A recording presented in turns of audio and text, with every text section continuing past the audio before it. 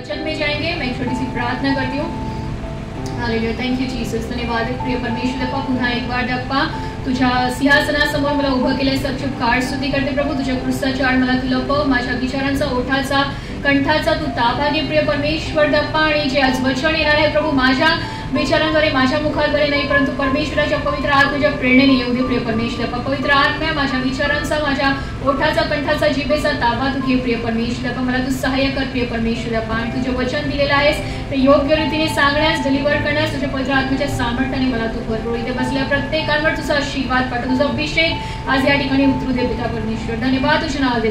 प्रार्थना येशू ख्रिस्ताच्या प्रिय नामात मागतो म्हणून ऐकते द्या. आमेन.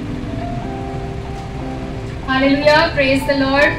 हम आज के विषय में जाने से पहले, आज का जो विषय है उसमें जाने से पहले थोड़ा सा रिवीजन करेंगे, थोड़ा सा रिकैप करेंगे.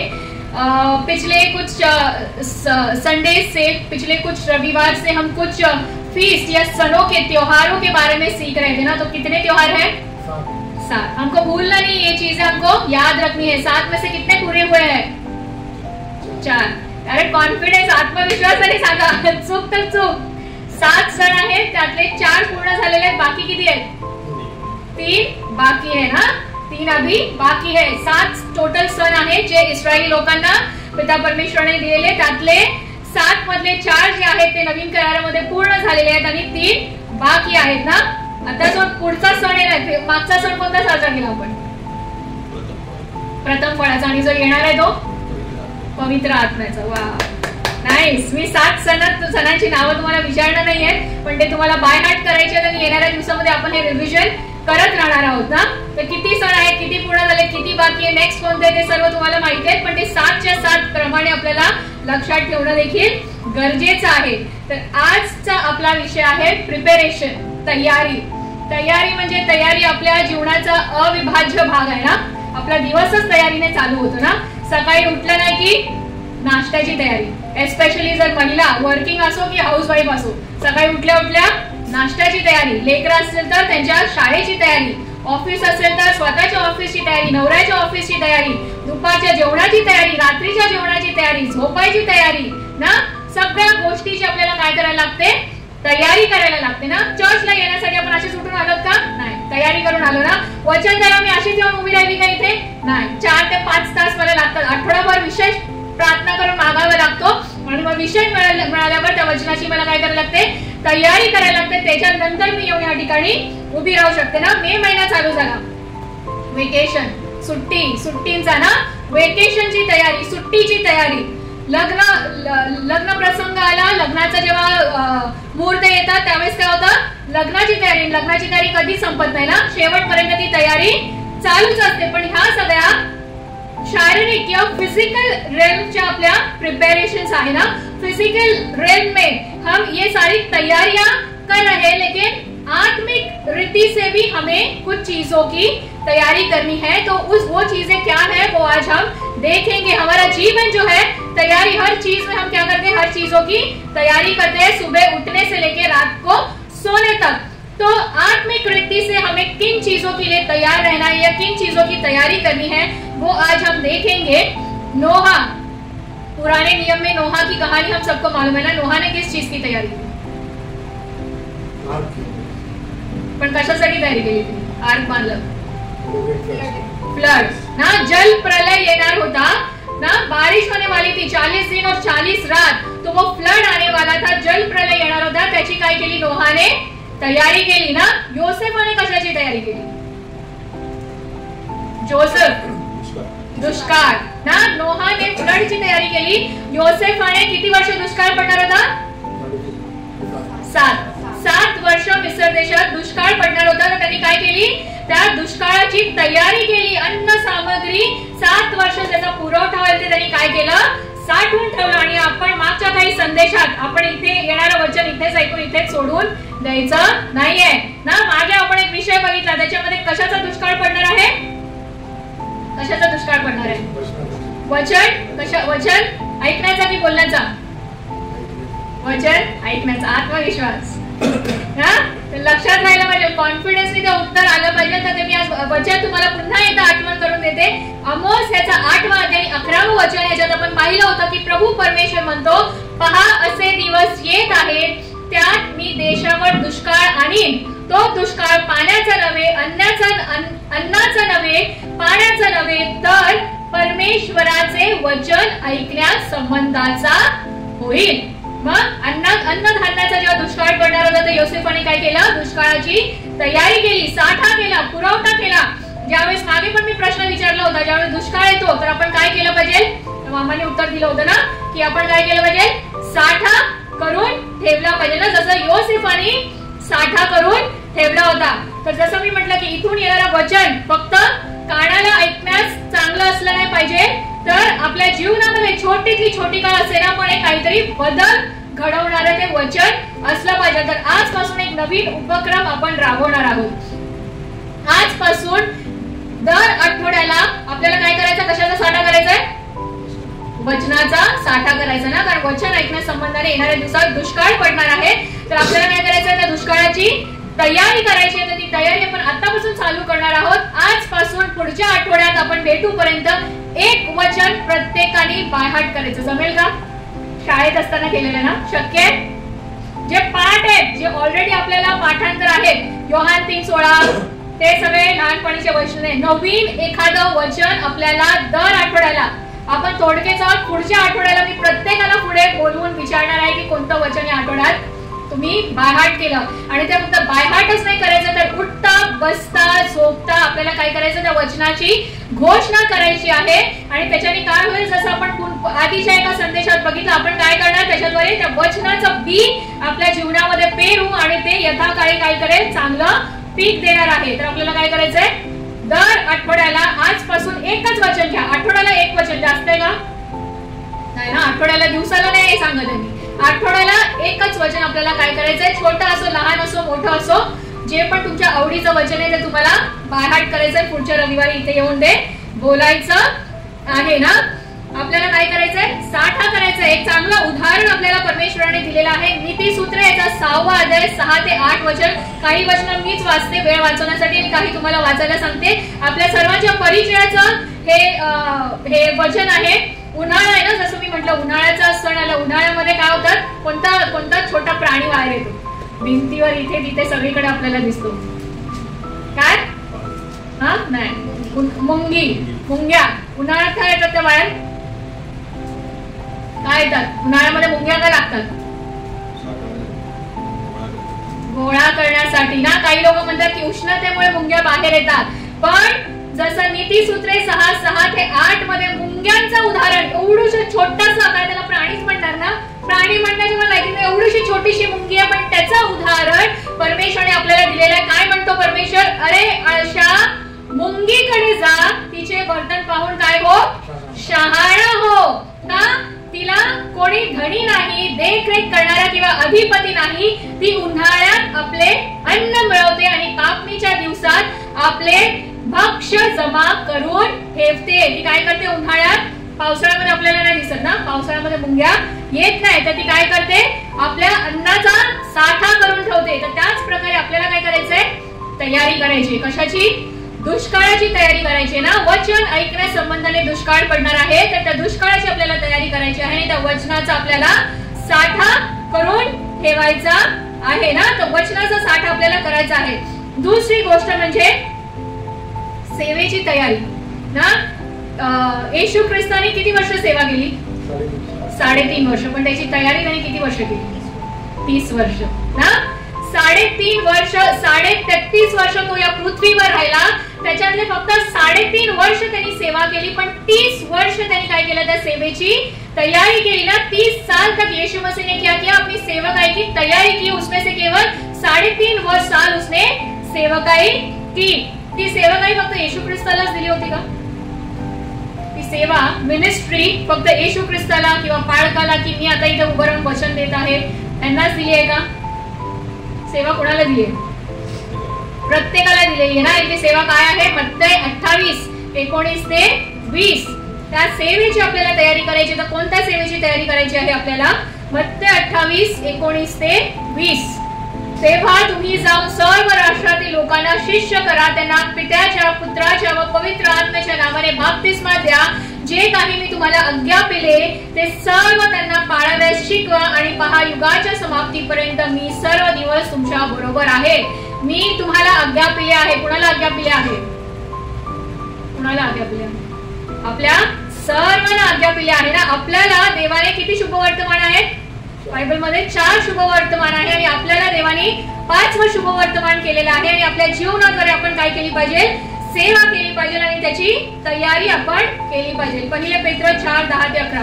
तर काय केलेलं आहे? देवाने प्रत्येकाला इव्हॅन्जलिझम सुवार्ता प्रसाराची सेवा तर प्रत्येकाला दिलेली आहे आणि प्रत्येकाला काय दिलेलं आहे? वेगवेगळी कृपादानं दिलेली आहेत ना. त्या कृपादानांचा उपयोग आपण त्याच्या गौरवासाठी केला पाहिजे आणि त्या सेवेची आपण काय केली पाहिजे? तयारी केली पाहिजे.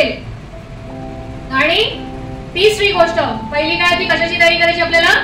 दुष्काळाची. दुसरी गोष्ट कशाची तयारी करायची आहे? सेवेची.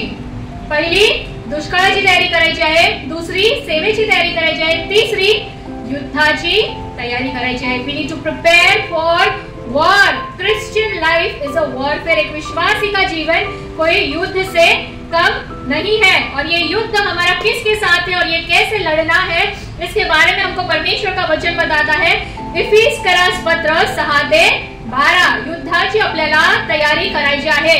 बिना तयारी आपण युद्ध लढायला गेलो तर काय हो? निश्चितच आपण हारू ना. पण आपली सर्वात पहिला आपला शत्रू कोण आहे आणि ती लढाई आपल्याला कशी लढायची आहे हे जाणून घेणार व लढाई लढने के लिए तैयार रहना जरूरी है. इफिसियन्स पत्र 6:12. किससे लढना है हमें? तर आपल्या झगडणं, आपली लढाई कशा बरोबर आहे? माणसांबरोबर आहे का?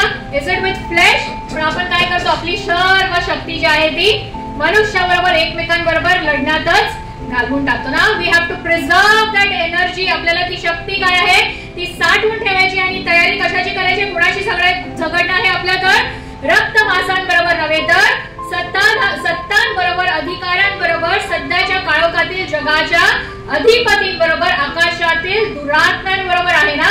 With the spirit. So spiritually आपल्याला किती इक्विप्ड आणि सज्ज राहायला पाहिजे ती लढाई लढण्यासाठी. आणि पौल आपल्याला सांगतो की ही लढाई आपल्याला कशी लढायची आणि ह्याची तयारी आपल्याला कशी करायची आहे. पुढे त्याच्यात इफिसियन्स 6:13-18 आपण वाचू. जागृत राहा ना. वाईट दिवस येत आहेत. वाईट दिवसात कारण ह्या कारणास्तव तुम्हाला वाईट दिवसात प्रतिकार करता यावा. ते वाईट दिवस ऑलरेडी आलेले आहेत. तर त्या वाईट दिवसामध्ये ह्या लढाईसाठी आपल्याला काय करायचं आहे? लढाईची तयारी करायची आहे. त्याच्यासाठी आपल्याला काय करायचं आहे? शस्त्र सामग्री. आज आपण तयार आहोत का? ती लढाई लढण्यासाठी आज आपण तयार आहोत का ही विचार करण्याची गरज आहे. मागच्या एका संदेशात आपण हे पण बघितलं की येशू ख्रिस्त म्हणतो की मी शांती आणाव्यास नाही तर काय करण्यास आलेलो आहे?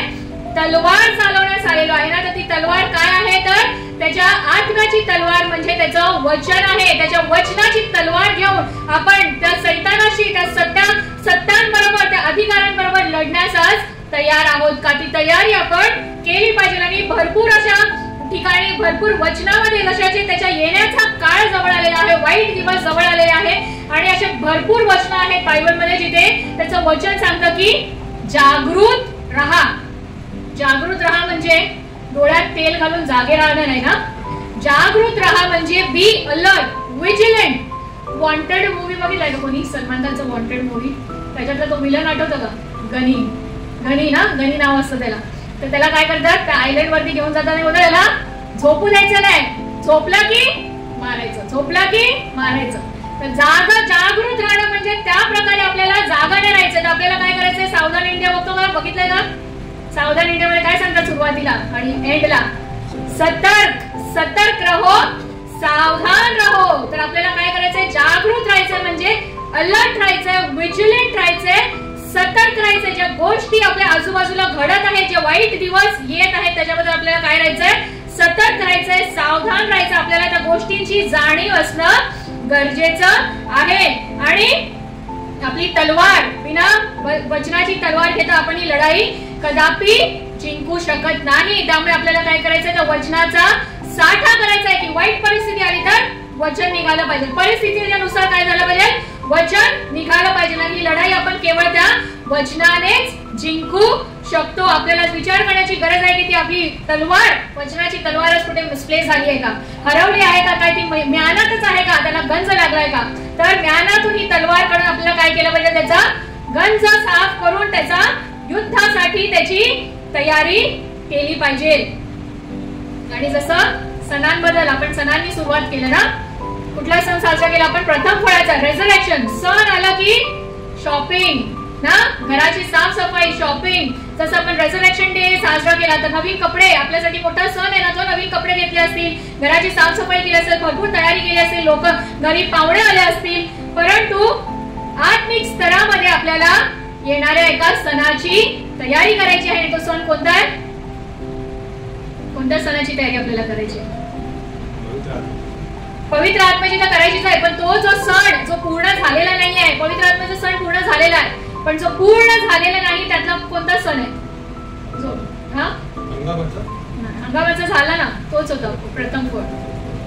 कशाची तयारी आपल्याला करायची, आपण कशाची वाट पाहत आहोत, सेकंड कमिंग. तर तो कोणता सण आहे, कोणता सण आहे, काय वाजणार आहे तेव्हा कळणा. तर त्या कळणाच्या तयारी आत्मिक स्तरावरती, द फीस्ट ऑफ ट्रम्पेट्स ना, आत्मिक स्तरावर त्या कळणाच्या सणाची आपल्याला तयारी करायची आहे ना. फिजिकल रेल्म मध्ये आपण भरपूर तयाऱ्या करतो ना, एक स्त्री, एक पती पत्नी, घरातील पुढारी, वडीलधारी माणूस म्हणून जीवन के साथ भी और जीवन के बाद भी ना. LIC पॉलिसी काढून ठेवतो, सिक्युरिटीज घर घेऊन ठेवतो ना, काहीतरी सिक्युरिटी सेव्हिंग आपल्या. मी गेलो पुढे तर ठेवलंय बाबा, तुझ्यासाठी घर ठेवलेलं आहे, तुझ्यासाठी मुलाबाळांसाठी घर ठेवलेलं आहे, सेव्हिंग करून ठेवलेले आहेत, LIC पॉलिसी काढून ठेवलेल्या आहेत ना.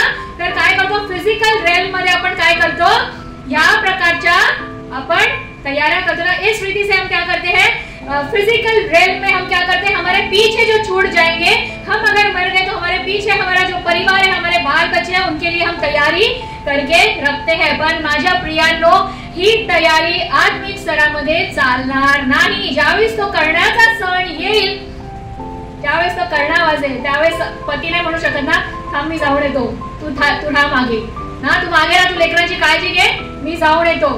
त्यावेळेस काय झालं पाहिजे, आपण पण तयार असलो पाहिजे. आपले पती पत्नी, परिवार, लेकरं, मुलं बाळ सर्व काय असले पाहिजे, तयार असले पाहिजे. आज जर आपण आत्मिक स्तरावर त्या कर्णाच्या फीस्ट साठी, सणासाठी जर तयार आहोत तर आपण काय केलं पाहिजे, इतरांची, आपल्या परिवाराची, आपल्या लेकरा बाळांची, आपल्या आई वडिलांची, आपल्या शेजाऱ्या पाजाऱ्यांची, आपल्या मित्र मैत्रिणींची तयारी करून घेतली पाहिजे त्या कर्णाच्या सणासाठी. कारण त्या सणामध्ये सगळ्यांचा प्रवेश होणार नाही ना. एक जो वर येणार आहे, आपण त्याची वधू आहोत ना, मंडळी त्याची वधू आहे आणि येशू ख्रिस्त जो आहे त्याच्या वधूला घेऊन जाण्यास येणार आहे. द बेस्ट एक्झाम्पल काय आहे बायबल मध्ये, त्याचं तयार होते त्यांना घेऊन गेला, वर आला, तयार होते त्यांना शहाळा कुमारी. मत्तेचा 25वा अध्याय 10 ते 13 वचन आपण वाचू, ज्यांची तयारी झाली होती. तर आपल्याला काय करायचंय, तयारी करायची आहे त्या सणाची. पुढे तुम्ही काय राहा, जागृत राहा.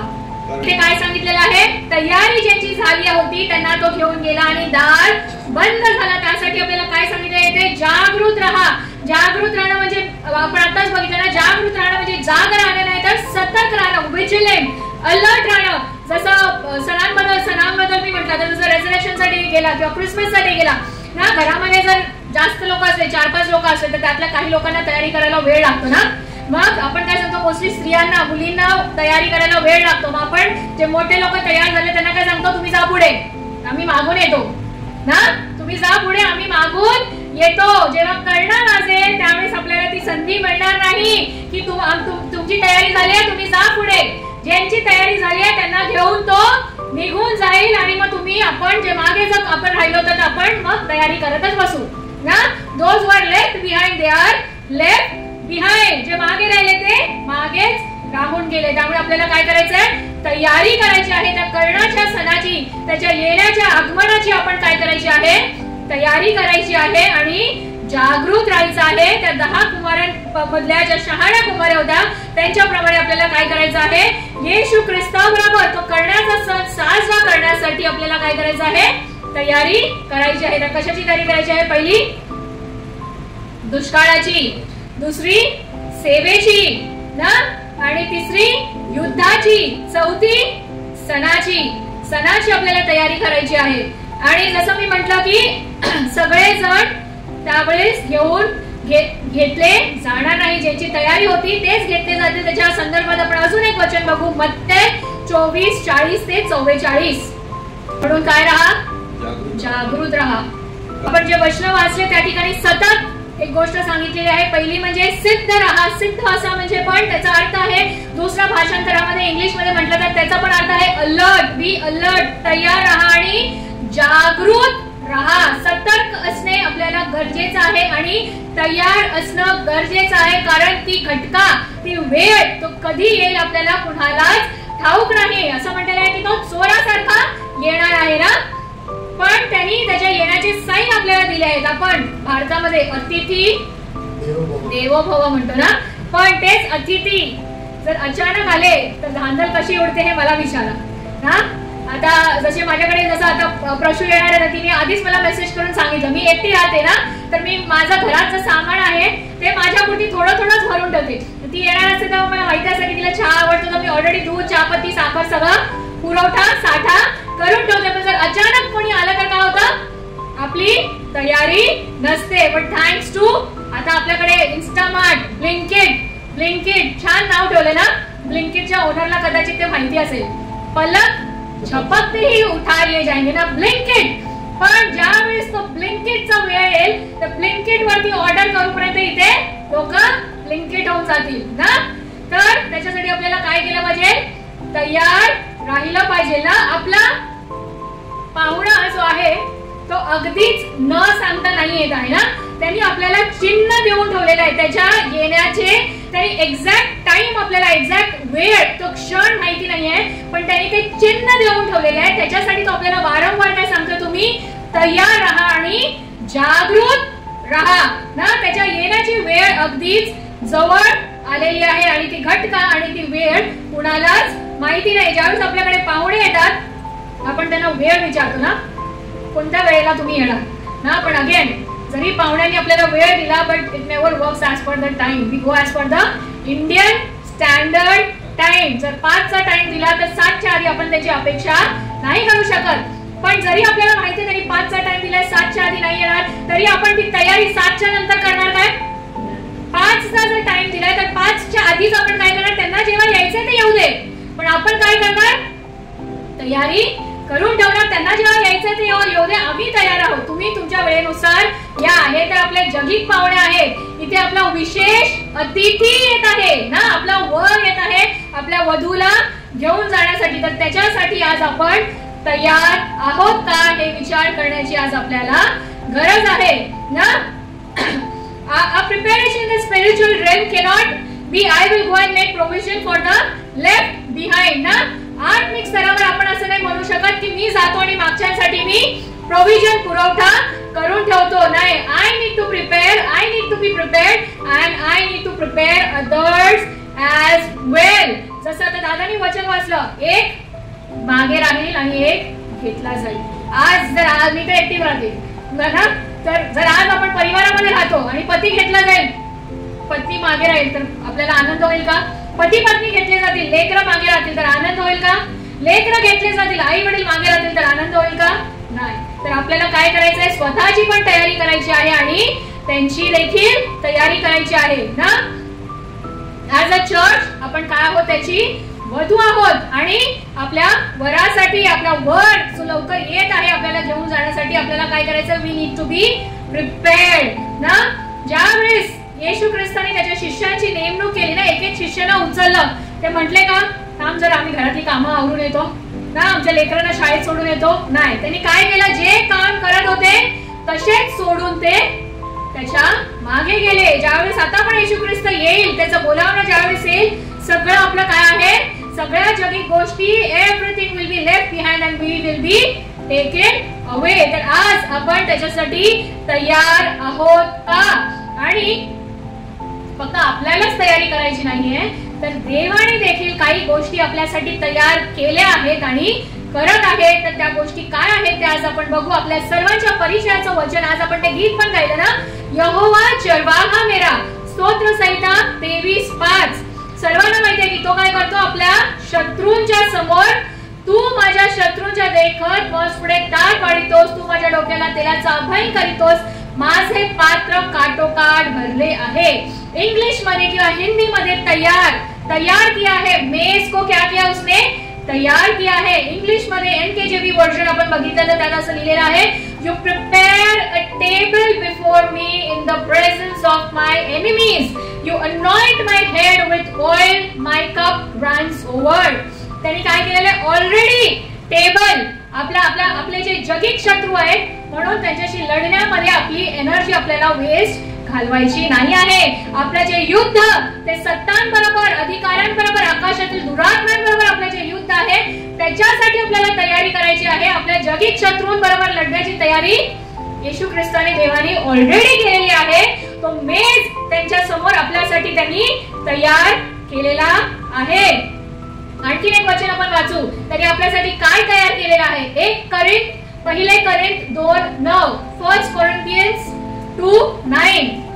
आपल्या शत्रू समोर त्यांनी मेज तयार केलेला आहे. दुसरी गोष्ट आपल्यासाठी काय तयार केलेली आहे? त्यांनी सिद्ध केले आहे. मी काय म्हटलं? सिद्ध केले आहे. याचं दुसरं भाषांतर आहे तयार केले आहे. अगेन इंग्लिश वर्जन आपल्याला सांगतं, but as it is written, the eye has not seen nor ear heard nor have entered into the heart of man the things which God has prepared for those who love him.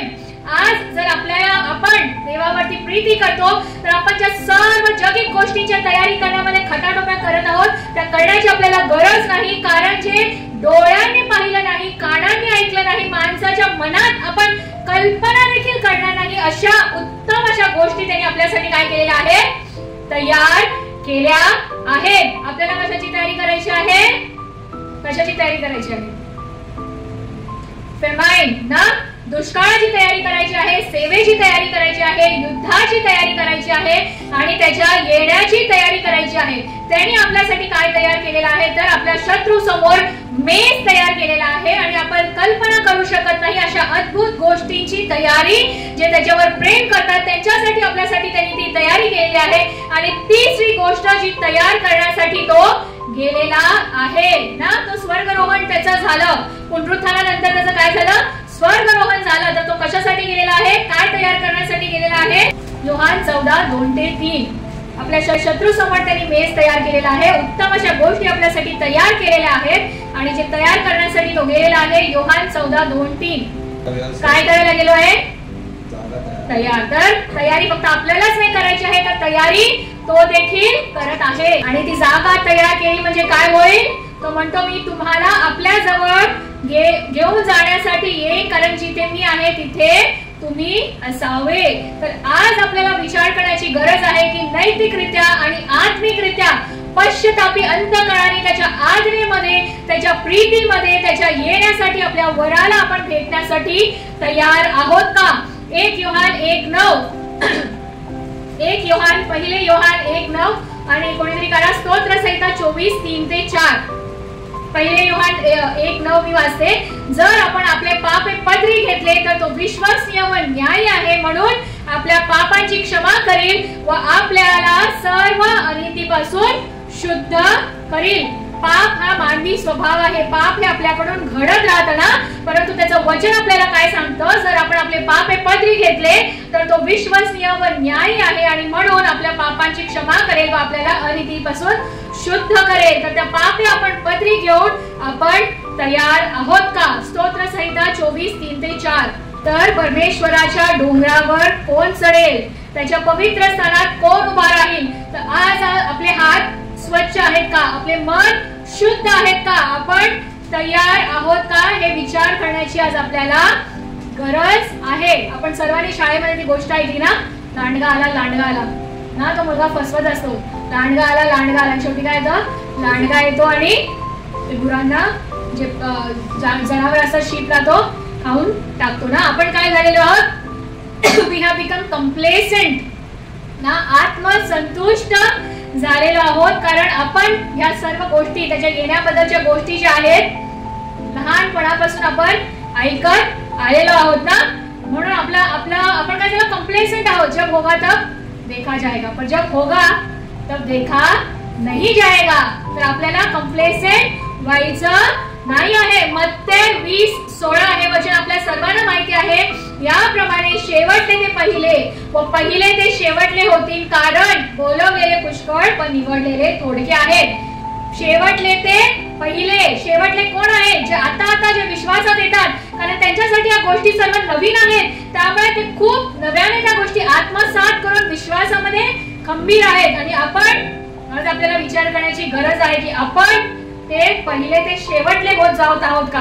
कारण आपली पहिल्याने सुरुवात झाली ना, जन्मापासून आपण ख्रिस्ती आहोत. या सर्व गोष्टी आपण ऐकत आलेले आहोत, परंतु आपण काय झालेलो, वी आर बिकमिंग कम्प्लेसेंट. आता मीच या गोष्टी 22 वर्ष झाला ऐकते ना. 2003 मध्ये मी बाप्तिस्मा घेतला. आज 22 वर्ष मी विश्वासात आहे. आणि नवीन ज्यावेळेस मी बाप्तिस्मा घेतला, ज्या वचनाचा अभ्यास करत होती, त्यावेळेस मी येशू ख्रिस्ताच्या येण्याबद्दल आणि ट्रिब्युलेशन आणि ह्या सर्व अँटिक्राइस्ट या सर्व गोष्टी ऐकल्या होत्या. 22 वर्ष हा काळ लोटून गेला, अजून तर काही झालं नाही. आपलं काय होतं, वी बिकम कम्प्लेसेंट. म्हणून देव आपल्याला काय सांगतो, तयार राहा आणि जागृत राहा ना. रिपेंट, आपल्याला पश्चातापी अंतःकरणाने त्याच्याकडे काय करायचं आहे, वळायचं आहे. दुसरे पेत्र 3:3 अध्याय 9 ते 10. तो का विलंब लावत आहे. आज मी 22 वर्ष झाला ऐकते, तुम्ही 40 वर्ष ऐकत असाल. दुसरा अजून कोणी आपल्यापेक्षा वयोवृद्ध असेल ते अजून 50-60 वर्षापासून या गोष्टी ऐकत असतील. पण या गोष्टीला विलंब का लागत आहे याचं उत्तर देखील परमेश्वराने आपल्याला दिलेलं आहे. दुसरे पेत्र 3:9-10.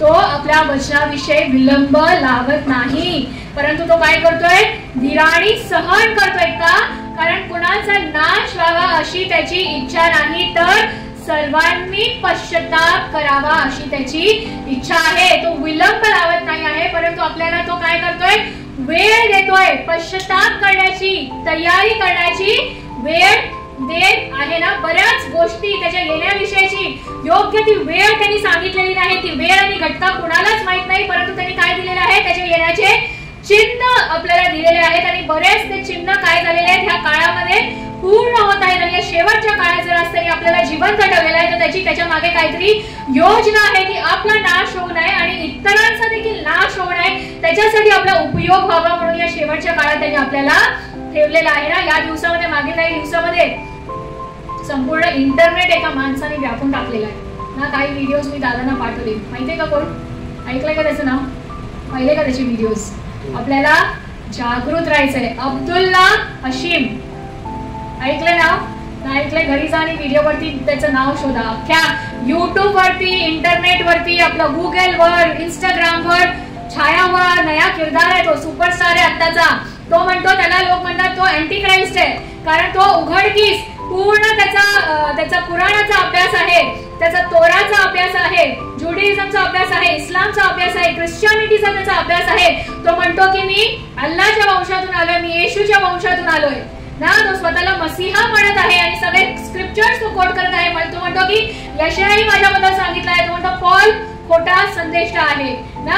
आणि अशा सगळ्या गोष्टी होणार आहेत. ज्यावेळेस आणखीन एक न्यूज आपल्या सगळ्यांना माहिती ना, पोप फ्रान्सिस मरण पावले आणि सगळे म्हणतात की भविष्यवाणी आहे की आता जो नेक्स्ट पोप होणार आहे, he is going to be the antichrist ना. ह्या सर्व गोष्टी होत आहेत, होणार आहेत. लांडगा आला, खोटे संदेष्टे ना, अँटिक्राइस्ट आणि खूप साऱ्या गोष्टी होणार आहेत. परंतु ह्या सर्व गोष्टी आपल्या विश्वासणाऱ्यांसाठी घाबरून जाण्यासाठी नाहीये, परंतु सतर्क होण्यासाठी आहे, तयारी करण्यासाठी आहे आणि आनंद करण्यासाठी आहे. कारण आपल्याला आपला जो विशेष अतिथी आहे तो येण्याची वेळ जवळ येत आहे. आपला जो वर आहे त्याला भेटण्याची वेळ जवळ येत आहे. त्याच्यासाठी आपण काय केलं पाहिजे, अजून जोमाने ती तयारी केली पाहिजे. आणि आपण ह्या सर्व गोष्टी पाहून काय केलं पाहिजे, सतर्क राहिलं पाहिजे आणि तयार राहिलं पाहिजे ना. जसं मी सुरुवात केली संदेशाची तयारी ना, सकाळी उठल्यापासून झोपेपर्यंत भरपूर गोष्टींची आपण तयारी करतो. परीक्षेची तयारी करतो आपण, सगळ्यांनी परीक्षा दिलीत ना. प्रत्येक स्तरावर आयुष्याच्या पण एक्झाम्स येतात, स्कूलमध्ये, कॉलेजमध्ये, आणि सेमिस्टर्स जे असतात त्याची आपण इतकी तयारी नाही करत ना. सेमिस्टर आहे, प्रिलिमिनरी एक्झाम, पण फायनल एक्झामची जी आहे ती आपण अगदी शेवटपर्यंत ना, अगदी म्हणजे अगदी पेपरला बसूपर्यंत, जोपर्यंत घंटा वाजत नाही तोपर्यंत चालूच असतं ना आपलं, तयारी आपली चालूच असते. तर आपल्या त्या प्रिलिमिनरी एक्झाम, सेमिस्टर एक्झाम संपलेल्या आहेत. आता आपल्याला कशाची तयारी करायची आहे? त्या फायनल एक्झामचं प्रिपरेशन आपल्याला करायची आहे. तर ती तयारी आपल्याला कशी करायची आहे? तर पश्चातापी अंतःकरणाने, त्याच्या आज्ञा पालनाने, to by abiding in him and by having a right relationship with God. आज जर देवाशी आपला संबंध चांगला नाही तर ते संबंध नव्याने प्रस्थापित करण्याची आपल्याला गरज आहे. पश्चाताप जर आपल्याला करायची गरज आहे तर त्याची तयारी आपल्याला करायची आहे. आपण जर त्याच्या आज्ञेमध्ये नाही आहोत तर आज्ञेमध्ये राहून ती तयारी करण्याची आज आपल्याला गरज आहे. आपण ते वचन पुन्हा वाचू. आजच्या मननाचं जे वचन आहे आमोस याचा 4था अध्याय आणि 12वं वचन ना. आपल्याला दुष्काळाची तयारी करायची आहे, आपल्याला युद्धाची तयारी करायची आहे, आपल्याला सेवेची तयारी करायची आहे, त्याच्या येण्याची तयारी करायची आहे ना. येशू ख्रिस्ताने पण तयारी केली आहे. आपल्या शत्रूंच्या समोर त्यांनी मेज आपल्यासाठी तयार केलेला आहे. आपण कल्पना करू शकत नाही अशा गोष्टी त्याने आपल्यासाठी तयार केलेल्या आहेत. आणि स्वर्गामध्ये तो आपल्यासाठी जागा तयार करण्यासाठी गेलेला आहे. आणि आमोस या ठिकाणी काय करतो? त्यांना म्हणतो की तुम्ही तयार व्हा. कशासाठी तयार व्हा? या ठिकाणी परमेश्वर त्यांना काय करतो? चेतावणी देतो. आज आपण अजून एक होमवर्क करणार आहोत. पूर्ण आठवड्यासाठी एक वचन तर बाहेर करणारच आहोत, पण आमोसाचा 4था अध्याय पूर्ण आपण वाचून काढणार आहोत. तर त्याचा पूर्ण अध्याय जर आपण वाचला 12व्या वचनाच्या आधी, तर तो इस्रायली लोकांना आठवण करून देतो परमेश्वर की मी तुमच्यासाठी हे केलं, ते केलं, ते केलं, तरी तुम्ही काय केलात? माझ्याकडे वळला नाही. आमोस फ्रॉम द बिगिनिंग परमेश्वर त्याला काय म्हणतो? You did not turn to me, तरी तुम्ही माझ्याकडे वळला नाहीत. ते वचन आपण आमोसाचा 4था अध्याय पूर्ण आपण वाचू आणि परमेश्वर सर्व आठवण करून देतो की इतकं काय मी तुमच्यासाठी केलं तरी तुम्ही माझ्याकडे वळला नाही, तरी तुम्ही माझ्याकडे वळला नाही. तर आता तुम्ही काय करा? त्या न्यायाची तयारी करा. 2 प्रकारचे पुनरुत्थान आपण बघितलं ना. कोणते ते 2 प्रकारचे पुनरुत्थान? एक जीवनाचं पुनरुत्थान आहे आणि एक न्यायाचं पुनरुत्थान आहे. हे आपल्याला विसरून चालणार नाही. येशू ख्रिस्ताच्या पुनरुत्थानानंतर अजून आता 2 पुनरुत्थान होणार आहे. एक जीवनाचं पुनरुत्थान होणार आहे ज्यावेळेस तो कर्ण वाजेल. हे मी सांगितलेलं पुन्हा आता रिपीट करत आहे. ज्यावेळेस तो कर्ण वाजेल तर त्यावेळेस आपण जे विश्वासात आहोत आणि जे विश्वासात झोपी गेलेले आहेत ते जीवनाच्या पुनरुत्थानासाठी उचलले जातील. आणि त्याच्यानंतर जे बाकीचे लोक आहेत जे दुष्कर्म करून झोपी गेलेले आहेत ते न्यायाच्या पुनरुत्थानासाठी उचलले जातील. मग या ठिकाणी इतका तुम्हाला वेळ दिला तयारी करण्याचा, इतका गोष्टी तुमच्यासाठी केल्या तरी तुम्ही माझ्याकडे वळला नाही, तर तुम्ही आता काय करा? न्यायाची तयारी करा. आमोस 4:12 मध्ये तो म्हणतो ह्यास्तव हे इस्रायला मी तुला असेच करीन, मी तुला असेच करीन. म्हणून हे इस्रायला आपल्या देवासमोर येण्यास सिद्ध हो. NKJV मध्ये असं म्हटलेलं आहे therefore thus will I do to you O Israel because I will do this to you. Prepare to meet your God O Israel. त्या जीवनाच्या पुनरुत्थानासाठी भेटण्याची तयारी करण्यासाठी इथे देव सांगत नाही आहे. गुड न्यूज ट्रान्सलेशन मध्ये असं म्हटलेलं आहे so then people of Israel. आणि हे केवळ इस्रायलच्या लोकांसाठी नाही परंतु आपल्यासाठी पण आहे. I am going to punish you and because I am going to do this get ready to face judgment. तर आज आपण कशासाठी तयार आहोत? What are we preparing for? Are we preparing? Are we prepared to resurrect or being raptured on the feast of trumpet? तर जीवनाच्या पुनरुत्थानात जाण्यासाठी उतरण्यासाठी आपण आज तयारी करत आहोत की न्यायाच्या पुनरुत्थानासाठी? जसं या ठिकाणी परमेश्वर इस्रायली लोकांना चेतावणी देतो की मी तुम्हाला वेळ दिला, संधी दिली, पण तुम्ही माझ्याकडे वळला नाही, तर आता कशासाठी तयार व्हा? न्यायासाठी तयार व्हा. तर आज आपण कशाची तयारी करत आहोत ते विचार करण्यासाठी आपल्याला गरज आहे. आपल्याला जागृत राहण्याची गरज आहे ना. आपण एका जर आपल्याला बर्थडे पार्टीमध्ये जायचं असेल तर असंच झोपेतून उठून आपण जातो का? ना, काय करतो? झोपेतून उठल्यावर आंघोळ करतो, स्वतःला स्वच्छ करतो, तयारी करतो आणि मग आपण त्या बर्थडे पार्टीला जातो ना, मेजवानीमध्ये जातो. आज आपण प्रभूच्या मेजामध्ये भाग घेणार आहोत. तर आत्मिकरित्या आज आपण तयार आहोत का? आत्मिकरित्या आपण स्वतःला शुद्ध केलं आहे का? त्याच्या रक्ताने आपल्याला आपण अंघोळ घातली आहे का? स्वतःला आपले पाप आपण पदरी घेतले आहेत का? आज त्याच्या मेजामध्ये आपण पावित्र्याने आणि शुद्धतेने भाग घेण्यास आपली तयारी करणं गरजेचं आहे. जसं उत्तम शुक्रवाराच्या दिवशी मी म्हटलं की ती जाणीव आपल्याला आयुष्यभर, त्याच्या महान बलिदानाची जाणीव आपल्या आयुष्यभर असणं गरजेचं आहे. तर ती जाणीव आपण कधी करतो? प्रत्येक वेळेस ज्यावेळेस त्याच्या मेजामध्ये आपण भाग घेतो त्यावेळेस ती जाणीव करण्याची आपल्याला संधी असते की त्या कशा रीतीने आपल्या पापांसाठी त्यांनी आपलं शरीर मोडलं आणि आपलं रक्त वाहिलं. तर आज आपण त्याच्या मेजामध्ये येण्याआधी आपल्या आत्म्याची आपण तयारी करू. जशा रीतीने आपण आज शिकलो की आत्मिक स्तरावर आपल्याला त्याच्या वचनाचा साठा करायचा आहे दुष्काळासाठी ना, त्याच्या आत्म्याची तलवार घेऊन युद्धाची तयारी करायची आहे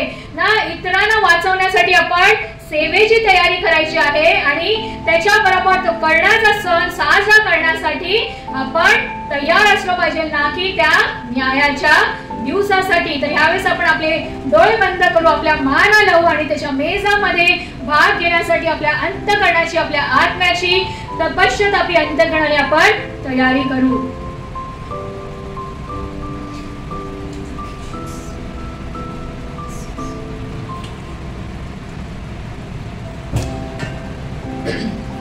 धन्यवाद प्रेम गौरवशाली देवा, तुझ्या नावाला धन्यवाद देते तुझ्या वचनासाठी प्रभू. तुझ्या वचनाच्या द्वारे स्पष्ट रीतीने तू आमच्याशी बोललास. शुभकार स्तुती करते प्रिय परमेश्वर देवा. प्रभू आमची तयारी तू कर प्रिय परमेश्वर देवा, त्या दुष्काळासाठी, त्या युद्धासाठी, तुझ्या येण्याच्या दिवसासाठी, तुझ्या सेवेसाठी प्रभू. आणि आज विशेष करून प्रभू तुझ्या मेजामध्ये भाग घेण्यासाठी आमच्या अंतःकरणाची तयारी तू कर प्रभू. आमचे पाप हे पदरी घेऊन प्रभू तुझ्या चरणाजवळ आम्ही येतो प्रभू. तुझ्या रक्ताने धुवून वस्तू शुद्ध कर प्रिय परमेश्वर देवा. पावित्र्याने प्रभू तुझ्या या विधीमध्ये भाग घेण्यास प्रभू आमचे हात तू शुद्ध कर प्रिय परमेश्वर देवा. प्रभू तुझ्या रक्ताने आम्हाला धुवून शुद्ध कर प्रिय परमेश्वर देवा. आणि पावित्र्यामध्ये प्रभू तुझ्या या विधीमध्ये भाग घेण्यास आमची तयारी तू कर प्रभू. धन्यवाद तुझ्या नावाला देते प्रिय परमेश्वर देवा. तुझा हा प्याला आणि प्रभू तुझं हे रक्त म्हणून आम्ही द्राक्ष रस घेत आहे प्रभू. आणि ही जी भाकर प्रभू तुझं शरीर म्हणून आम्ही मोडत आहे प्रभू, ही तू शुद्ध पवित्रने आशीर्वादित कर प्रभू. आणि हे खाल्ल्याने प्रिय परमेश्वर येशू ख्रिस्ताचं पुनरुत्थित सामर्थ्य आणि तुझं जीवन आमच्यामध्ये यावं सुद्धा होऊ दे प्रिय परमेश्वर देवा. धन्यवाद तुझ्या नावात तुझी स्तुती करते आणि येशू ख्रिस्ताच्या पवित्र नावात प्रार्थना मागते म्हणून तू मान्य करते त्या. आमेन. लूक याचा 22वा अध्याय 19 ते 20. मग त्याने भाकर घेऊन व उपकार स्तुती करून ती मोडली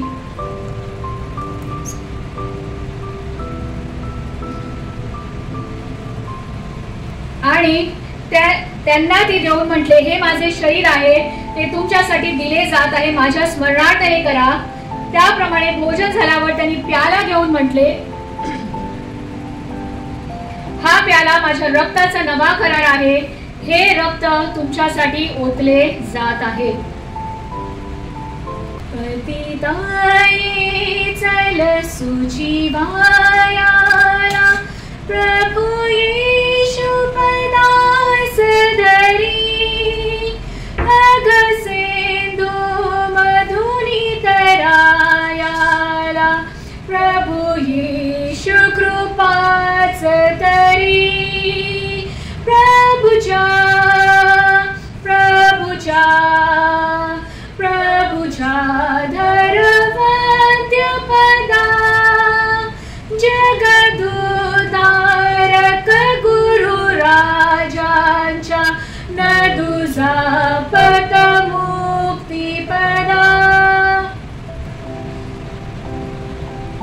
हे भाकर येशूचं शरीर जे आपल्या पापांसाठी मोडलं आहे, आपण सर्व मिळून याला ग्रहण करू.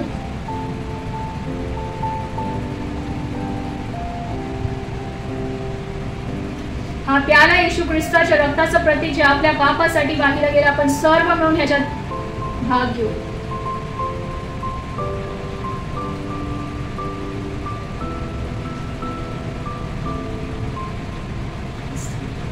मी बाप आपल्या सर्वांस आशीर्वादित करो. पुढील वेळ मी नितीन दादांच्या हातात देते. खरोखर आपल्याला सतर्क आणि सावधान राहण्याची गरज आहे, तयारी करण्याची गरज आहे, कारण त्याची घटिका कधी येणार, तो कधी येणार हे आपल्याला ठाऊक नाही.